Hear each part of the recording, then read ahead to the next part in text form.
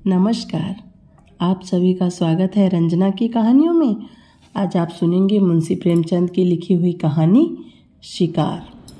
फटे वस्त्रों वाली मुनिया ने रानी वसुधा के चांद से मुखड़े की ओर सम्मान भरी आंखों से देखकर राजकुमार को गोद में उठाते हुए कहा, हम गरीबों का इस तरह कैसे निबाह हो सकता है महारानी।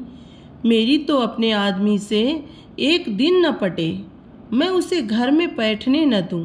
ऐसी ऐसी गालियां सुनाऊं कि छठी का दूध याद आ जाए।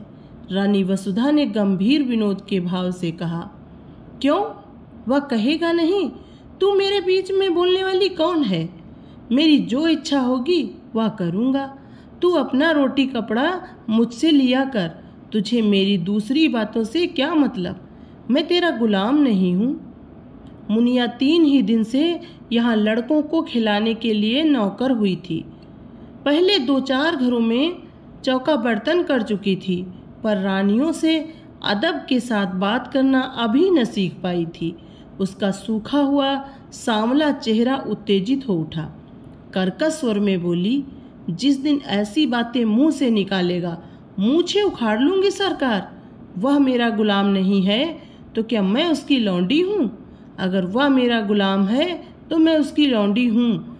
मैं आप नहीं खाती, उसे खिला देती हूँ, क्योंकि वह मर्द बच्चा है। पल्लेदारी में उसे बहुत कसाला करना पड़ता है। आप चाहे फटे पहनूं, पर उसे फटे पुराने नहीं पहनने देती। जब मैं उसके लिए इतना करती हूँ तो मजाल है कि वह मुझे आंख दिखाए। अपने घर को आदमी इसलिए तो छाता पोतता है कि उससे बरखा बूंदी में बचाव हो। अगर यह डर लगा रहे कि घर न जाने कब गिर पड़ेगा तो ऐसे घर में कौन रहेगा? उससे तो ऊँख की छांव कहीं अच्छी है। कल न जाने कहाँ बैठा गाता बजाता रहा। 10 बजे रात को घर आया। मैं रात भर उससे बोली ही नहीं। लगा पैरों पड़ने गिंगियाने, तब मुझे दया आ गई। यही मुझ में एक बुराई है, मुझसे उसकी रोनी सूरत नहीं देखी जाती। इसी से वह कभी कभी बहक जाता है। पर अब मैं पक्की हो गई हूँ, फिर किसी दिन झगड़ा किया तो या तो वही रहेगा या मैं ही रहूँगी। क्यों किसी की धौंस सहूँ सरकार? जो बैठ कर खाए वह धौंस सहे। यहाँ तो बराबर की कमाई करती हूँ। वसुधा ने उसी गंभीर भाव से फिर पूछा, अगर वह तुझे बैठाकर खिलाता तब उसकी धौंस सहती? मुनिया जैसे लड़ने पर उतारू हो गई। बोली, बैठाकर कोई क्या खिलाएगा सरकार? मर्द बाहर काम करता है तो हम भी तो घर में काम करती हैं कि घर के काम में कुछ लगता ही नहीं। बाहर के काम से तो रात को छुट्टी मिल जाती है, घर के काम से तो रात को भी छुट्टी नहीं मिलती।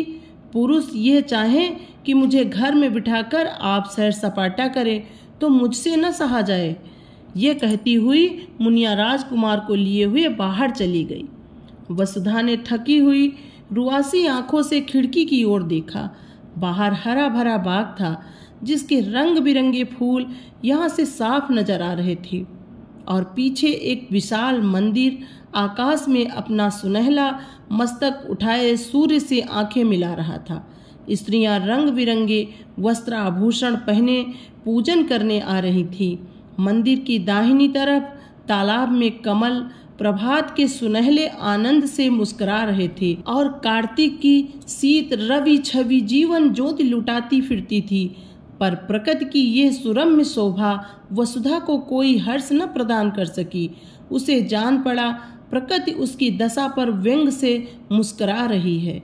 उसी सरोवर के तट पर केवट का एक टूटा फूटा झोपड़ा किसी अभागिनी वृद्धा की भांति रो रहा था। वसुधा की आंखें सजल हो गईं। पुष्प और उद्यान के मध्य में खड़ा वह सूना झोपड़ा उसके विलास और ऐश्वर्य से घिरे हुए मन का सजीव मित्र था।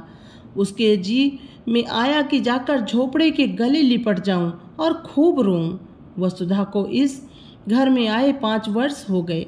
पहले उसने अपने भाग्य को सराहा था।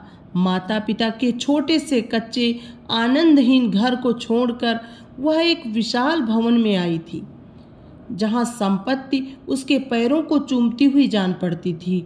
उस समय संपत्ति ही उसकी आंखों में सब कुछ थी।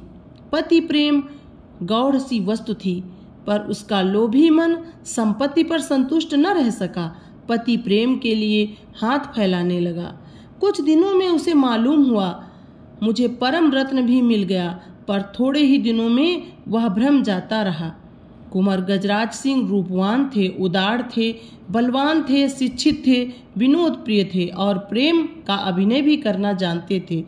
उनके जीवन में प्रेम से कंपित होने वाला तार न था। वसुधा का खिला हुआ यौवन और देवताओं को लुभाने वाला रूप रंग केवल विनोद का सामान था। घुड़दौड़ और शिकार, सट्टे और मकार जैसे सनसनी पैदा करने वाले मनोरंजन में प्रेम दबकर पीला और निर्जीव हो गया था और प्रेम से वंचित होकर वसुधा की प्रेम तृष्णा अब अपने भाग्य को रोया करती थी। 2 पुत्र रत्न पाकर भी वह सुखी न थी। कुंवर साहब 1 महीने से ज्यादा हुआ शिकार खेलने गए और अभी तक लौट कर नहीं आए, और यह ऐसा पहला ही अवसर न था। हाँ, अब उनकी अवधि बढ़ गई थी।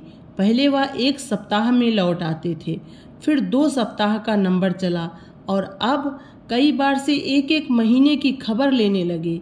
साल में 3-3 महीने शिकार की भेंट हो जाते। शिकार से लौटते तो घुड़दौड़ का राग छिड़ता, कभी मेरठ, कभी पूना, कभी बम्बई, कभी कलकत्ता। घर पर ही रहते तो अधिकतर लंपट रईस जादों के साथ गप्पे उड़ाया करते। पति के ये रंगढंग देखकर वसुधा मन ही मन कुड़ती और घुलती जाती थी। कुछ दिनों से हल्का हल्का जोर भी रहने लगा था। वसुधा बड़ी देर तक बैठी उदास आंखों से ये दृश्य देखती रही। फिर टेलीफोन पर आकर उसने रियासत के मैनेजर से पूछा, कुंवर साहब का कोई पत्र आया? फोन ने जवाब दिया, जी हाँ, अभी खत आया। कुंवर साहब ने एक बहुत बड़े शेर को मारा है। वसुधा ने जलकर कहा, मैं ये नहीं पूछती आने को कब लिखा है, आने के बारे में तो कुछ नहीं लिखा।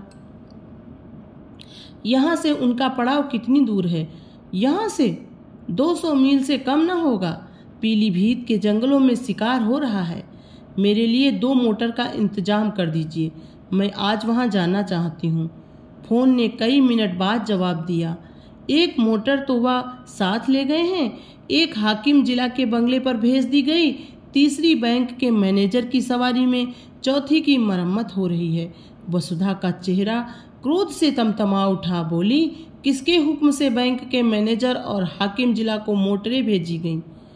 आप दोनों मंगवा लीजिए, मैं आज जरूर जाऊंगी। उन दोनों साहबों के पास हमेशा मोटरें भेजी जाती रही हैं, इसलिए मैंने भेज दी। अब आप हुक्म दे रही हैं तो मंगवा लूँगा। वसुधा ने फोन से आकर सफ़र का सामान ठीक करना शुरू किया। उसने उसी आवेश में आकर अपना भाग्य निर्णय करने का निश्चय कर लिया था। परित्यज्ञा की भांति पड़ी रहकर जीवन को समाप्त न करना चाहती थी। वह जाकर कुंवर साहब से कहेगी, अगर आप समझते हैं कि मैं आपकी संपत्ति की लौंडी बनकर रहूं तो यह मुझसे न होगा। आपकी संपत्ति आपको मुबारक हो। मेरा अधिकार आपकी संपत्ति पर नहीं, आपके ऊपर है। अगर आप मुझसे जौं भर हटना चाहते हैं तो मैं आपसे हाथ भर हट जाऊंगी। इस तरह की और कितनी ही विराग भरी बातें उसके मन में बगुलों की भांति उठ रही थीं। डॉक्टर साहब ने द्वार पर आकर पुकारा, मैं अंदर आ जाऊं?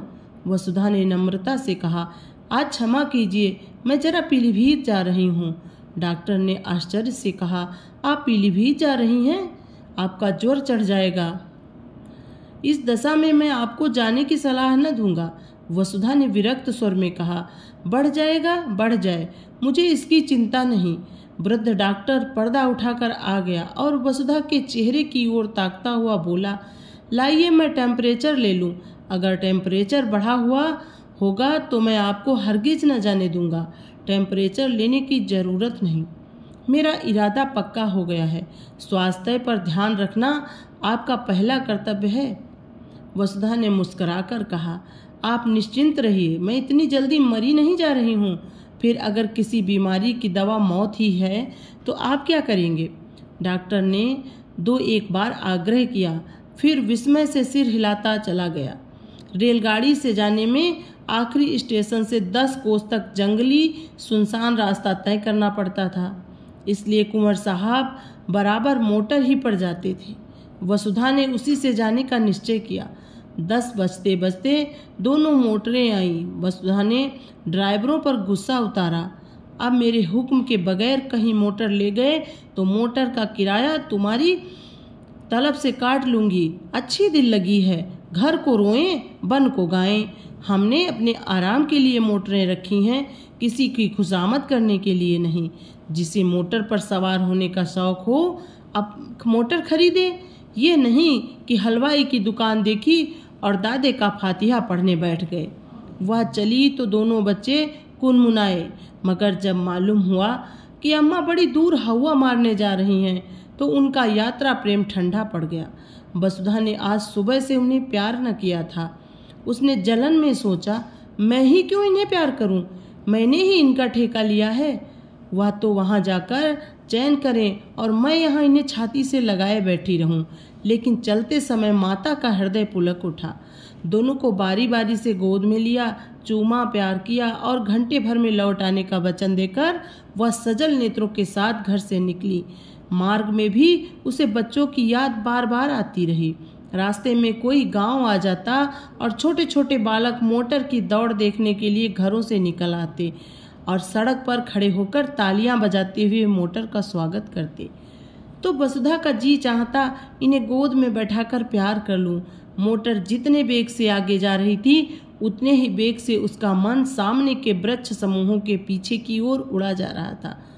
कई बार इच्छा हुई घर लौट चलूं। जब उन्हें मेरी रत्ती भर परवाह नहीं है तो मैं क्यों उनकी फिक्र में प्राण दूं? जी चाहे आवे या ना आवे, लेकिन एक बार पद से मिलकर उनसे खरी खरी बात करने के प्रलोभन को वह रोक न सकी।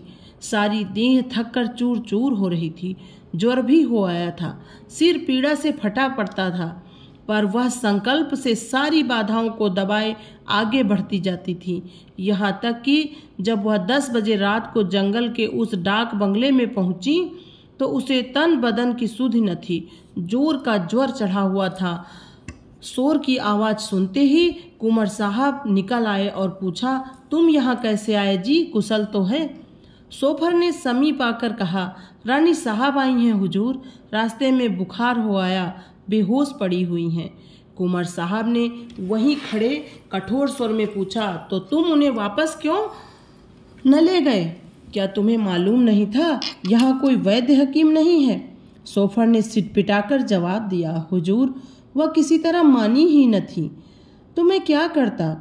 कुंवर साहब ने डांटा, चुप रहो जी, बातें ना बनाओ। तुमने समझा होगा शिकार की बहार देखेंगे और पड़े पड़े सोएंगे। तुमने वापस चलने को कहा ही न होगा। सोफर, वह मुझे डांटती थी हुजूर, तुमने कहा था। मैंने कहा तो नहीं हुजूर, बस तो चुप रहो। मैं तुमको भी पहचानता हूँ। तुम्हें मोटर लेकर इसी वक्त लौटना पड़ेगा। और कौन कौन साथ है? सोफर ने दबी हुई आवाज में कहा, एक मोटर पर बिस्तर और कपड़े हैं, एक पर खुद रानी साहब हैं। यानी और कोई साथ नहीं है?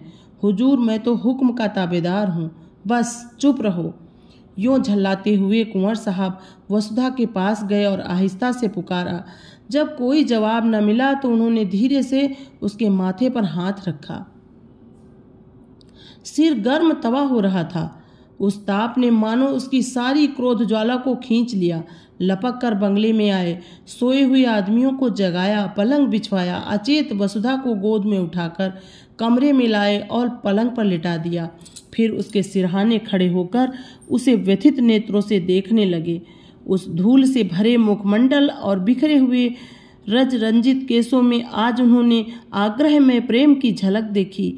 अब तक उन्होंने वसुधा को विलासिनी के रूप में देखा था, जिसे उनके प्रेम की परवाह न थी, जो अपने बनाव श्रृंगार में ही मगन थी। आज धूल के पाउडर और पोमेंट में वह उनके नारित्व का दर्शन कर रहे थे। उसमें कितना आग्रह था, कितनी लालसा थी, अपनी उड़ान के आनंद में डूबी हुई।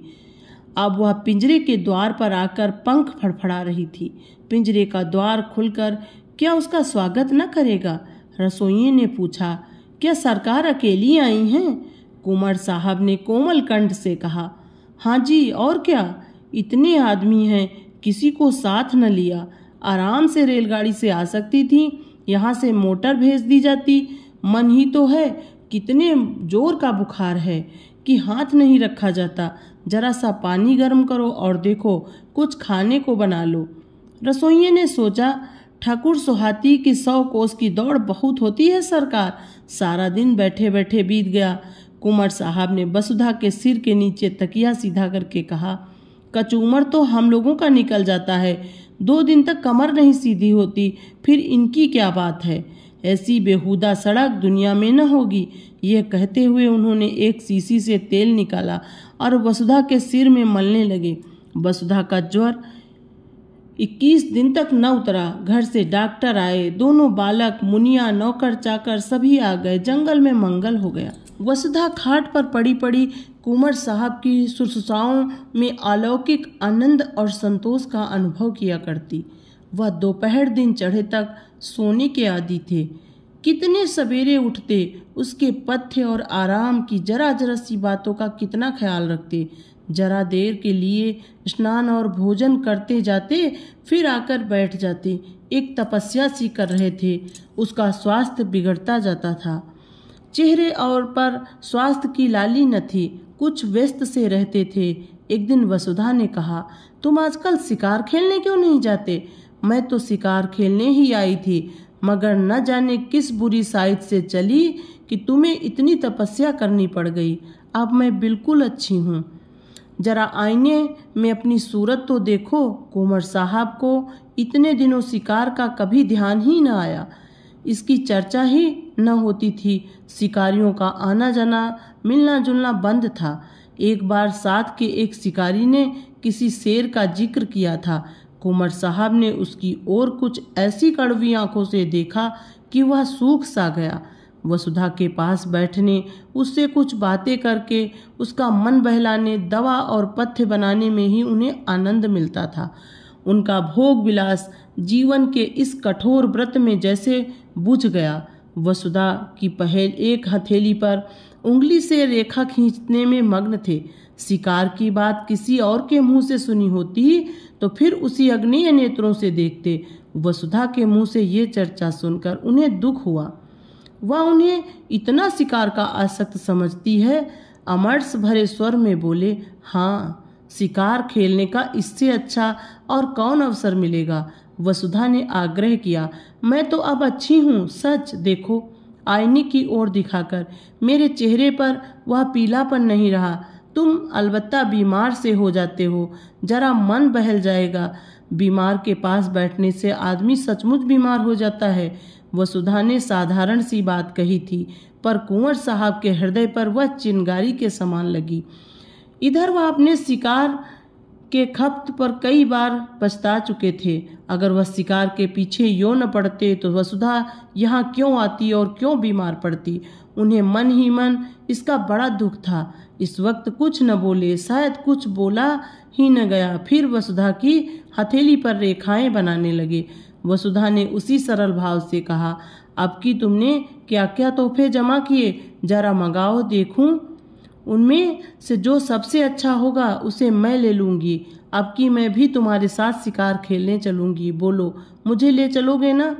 मैं मानूंगी नहीं, बहाने मत करने लगना। अपने शिकारी तोहफे दिखाने का कुंवर साहब को मरज था। सैकड़ों ही खाले जमा कर रखी थी। उनके कई कमरों में फर्श, गद्दे, कोच, कुर्सियां, मोढ़े सब खालों ही के थे।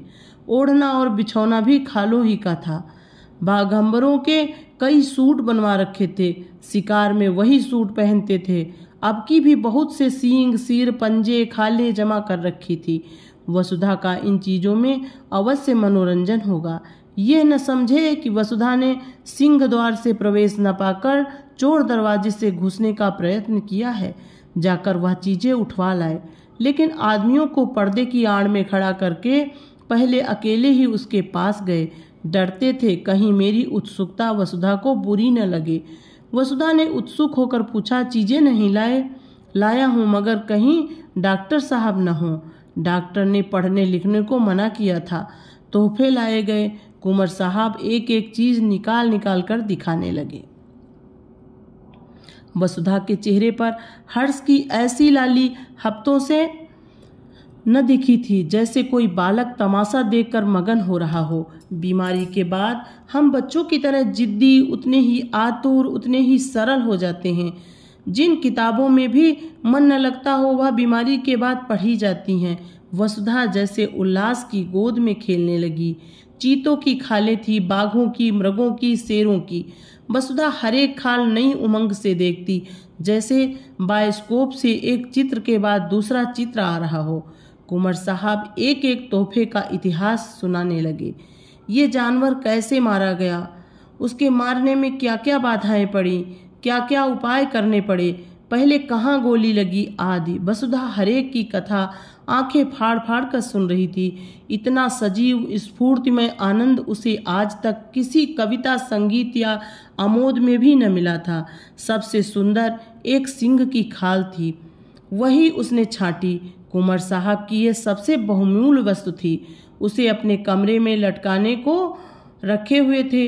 बोले, तुम बाघांबरों में से कोई ले लो, यह तो कोई अच्छी चीज नहीं। वसुधा ने खाल को अपनी ओर खींचकर कहा, रहने दीजिए, अपनी सलाह मैं खराब ही लूंगी। कुंवर साहब ने जैसे अपनी आंखों से आंसू पोंछकर कहा, तुम वही ले लो, मैं तो तुम्हारे ख्याल से कह रहा था, मैं फिर वैसा ही मार लूंगा। तो तुम मुझे चकमा क्यों देते थे? चकमा कौन देता था? अच्छा, खाओ मेरे सिर की कसम कि यह सबसे सुंदर खाल नहीं है। कुंवर साहब ने हार की हंसी हंसकर कहा, कसम क्यों खाएं? इस एक खाल के लिए ऐसी ऐसी 1,00,000 खालें हों तो तुम्हारे ऊपर न्यौछावर कर दूं। जब शिकारी सब खाले लेकर चला गया तो कुंवर साहब ने कहा, मैं इस खाल पर काले ऊन से अपना समर्पण लिखूंगा। वसुधा ने थकान से पलंग पर लेटते हुए कहा, अब मैं भी शिकार खेलने चलूंगी। फिर वह सोचने लगी, वह भी कोई शेर मारेगी और उसकी खाल पतिदेव को भेंट करेगी। उस पर लाल ऊन से लिखा जाएगा, प्रियतम। जिस ज्योति के मंद पड़ जाने से हर एक व्यापार, हर एक व्यंजन पर अंधकार छा गया था, वह ज्योति अब प्रदीप्त होने लगी थी। शिकारों का वृत्तांत सुनने की वसुधा को चाट सी पड़ गई। कुंवर साहब को कई कई बार अपने अनुभव सुनाने पड़े। उसका सुनने से जी ही न भरता था। अब तक कुंवर साहब का संसार अलग था, जिसके दुख, सुख, हानि, लाभ, आशा, निराशा से वसुधा को कोई सरोकार न था। वसुधा को इस संसार के व्यापार से कोई रुचि न थी, बल्कि अरुचि थी। कुंवर साहब इस पृथक संसार की बातें उससे छिपाते थे, पर अब वसुधा उनके इस संसार में एक उज्जवल प्रकाश, एक वरदानों वाली देवी के समान अवतरित हो गई थी। एक दिन वसुधा ने आग्रह किया, मुझे बंदूक चलाना सिखा दो। डॉक्टर साहब की अनुमति मिलने में विलंब न हुआ। वसुधा स्वस्थ हो गई थी। कुंवर साहब ने शुभ मुहूर्त में उसे दीक्षा दी। उस दिन से जब देखो वृक्षों की छांव में खड़ी निशाने का अभ्यास कर रही है और कुंवर साहब खड़े उसकी परीक्षा ले रहे हैं। जिस दिन उसने पहली चिड़िया मारी, कुंवर साहब हर्ष से उछल पड़े। नौकरों को इनाम दिए, ब्राह्मणों को दान दिया गया। इस आनंद की शुभ स्मृति में उस पक्षी की मम्मी बनाकर रखी गई। वसुधा के जीवन में अब एक नया उल्लास, एक नया उत्साह, एक नई आशा थी। पहले की भांति उसका वंचित हृदय अशुभ कल्पनाओं से त्रस्त न था।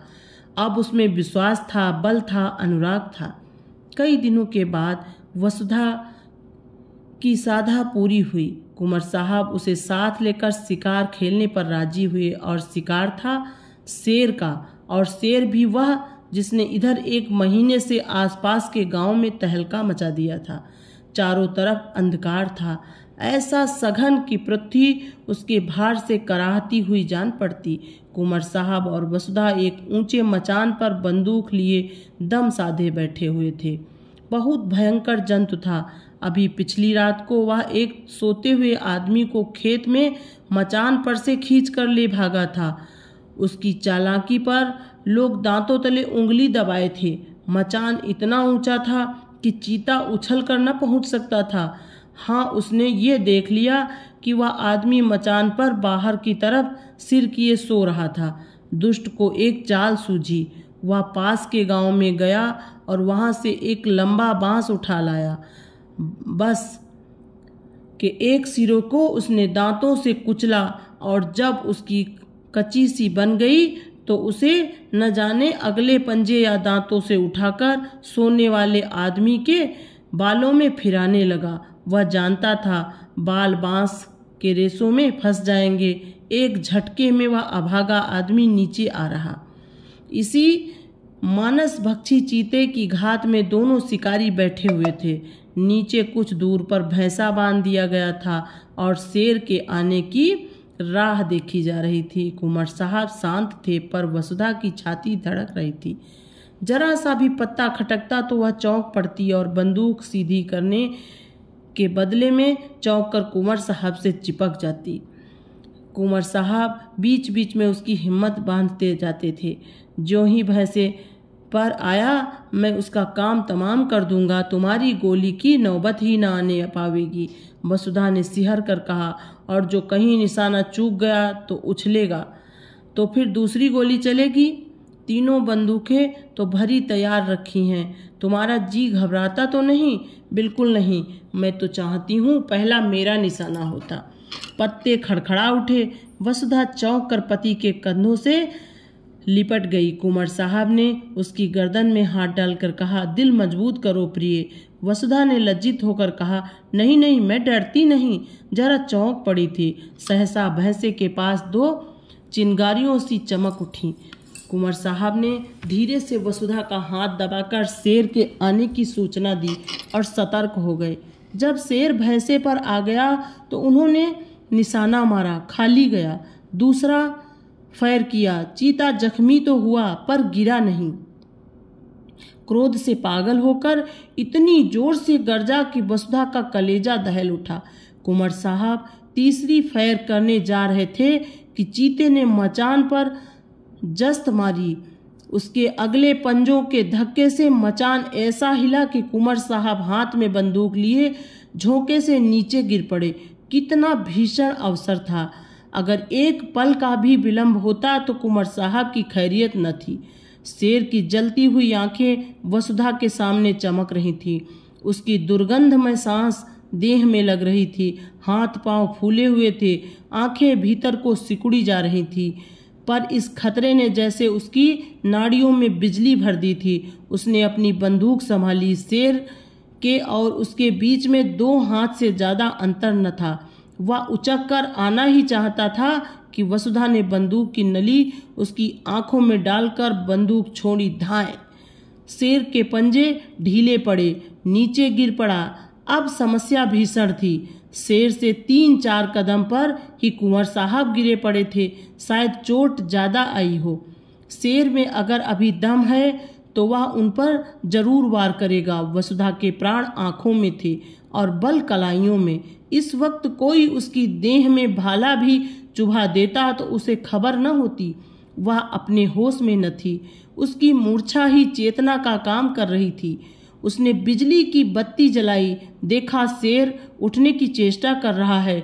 दूसरी गोली सिर पर मारी और उसके साथ ही रिवॉल्वर लिए नीचे कूदी। शेर जोर से गुर्राया। वसुधा ने उसके मुंह के सामने रिवॉल्वर खाली कर दिया। कुंवर साहब संभल कर खड़े हो गए। दौड़कर उसे छाती से चिपटा लिया। अरे यह क्या! वसुधा बेहोश थी। भय उसके प्राणों को मुट्ठी में लिए उसकी आत्मरक्षा कर रहा था। भय के शांत होते ही मूर्छा आ गई। 3 घंटे के बाद वसुधा की मूर्छा टूटी। उसकी चेतना अब भी उन्हीं भयप्रद परिस्थितियों में विचर रही थी। उसने धीरे से डरते डरते आंखें खोली।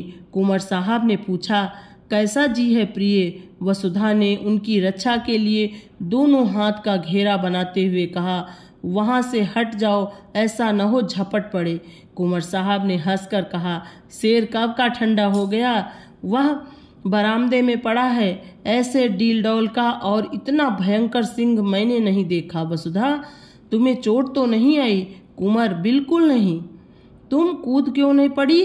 पैरों में बड़ी चोट आई होगी। तुम जीती कैसे बची? ये आश्चर्य है, मैं तो इतनी ऊंचाई से कभी न कूद सकता। वसुधा ने चकित होकर कहा, मैं कहाँ कूदी? शेर मचान पर आया, इतना याद है। उसके बाद क्या हुआ मुझे कुछ याद नहीं। कुंवर को भी विस्मय हुआ। वाह, तुमने उस पर 2 गोलियां चलाई। जब वह नीचे गिरा तो तुम भी कूद पड़ी और उसके मुंह में रिवाल्वर की नली ठूंस दी। बस वहीं ठंडा हो गया। बड़ा बेहया जानवर था। अगर तुम चूक जाती तो वह नीचे आते ही मुझ पर जरूर चोट करता। मेरे पास तो छुरी भी न थी। बंदूक हाथ से छूटकर दूसरी तरफ गिर गई थी। अंधेरे में कुछ सुझाई न देता था। तुम्हारे ही प्रभाव से इस वक्त मैं यहाँ खड़ा हूँ। तुमने मुझे प्राण दान दिया है। दूसरे दिन प्रातःकाल यहाँ से कूच हुआ। जो घर वसुधा को फाड़े खाता था उसमें आज जाकर ऐसा आनंद आया जैसे किसी बिछुड़े मित्र से मिली हो। हर एक वस्तु उसका स्वागत करती हुई मालूम होती थी। जिन नौकरों और लौंडियों से वह महीनों से सीधे मुंह न बोली थी, उनसे वह आज हंस हंस कर कुशल पूछती और गले मिलती थी, जैसे अपनी पिछली रुखाइयों की पटौती कर रही हो। संध्या का सूर्य आकाश के स्वर्ण सागर में अपनी नौका खेता हुआ चला जा रहा था। वसुधा खिड़की के सामने कुर्सी पर बैठकर सामने का दृश्य देखने लगी। उस दृश्य में आज जीवन था, विकास था, उन्माद था। केवट का वह सूना झोपड़ा भी आज कितना सुहावना लग रहा था। प्रकृति में मोहिनी भरी हुई थी। मंदिर के सामने मुनिया राजकुमारों को खिला रही थी। वसुधा के मन में आज कुलदेव के प्रति श्रद्धा जागृत हुई, जो वर्षों से पड़ी सो रही थी। उसने पूजा के सामान मंगवाए और पूजा करने चली। आनंद से भरे भंडारे से अब वह कुछ दान भी कर सकती थी। जलते हुए हृदय से ज्वाला के सिवा और क्या निकलती। उसी वक्त कुंवर साहब आकर बोले, अच्छा पूजा करने जा रही हो? मैं भी वहीं जा रहा था। मैंने एक मनौती मान रखी है। वसुधा ने मुस्कुराती हुई आंखों से पूछा, कैसी मनौती? कुंवर साहब ने हंसकर कहा, ये ना बताऊंगा। दोस्तों, अगर आपको इस तरह की कहानियाँ सुनना पसंद है और आपने अभी तक हमारे चैनल को सब्सक्राइब नहीं किया है तो प्लीज़ हमारे चैनल को सब्सक्राइब करें, लाइक करें और कमेंट करें। Thank you.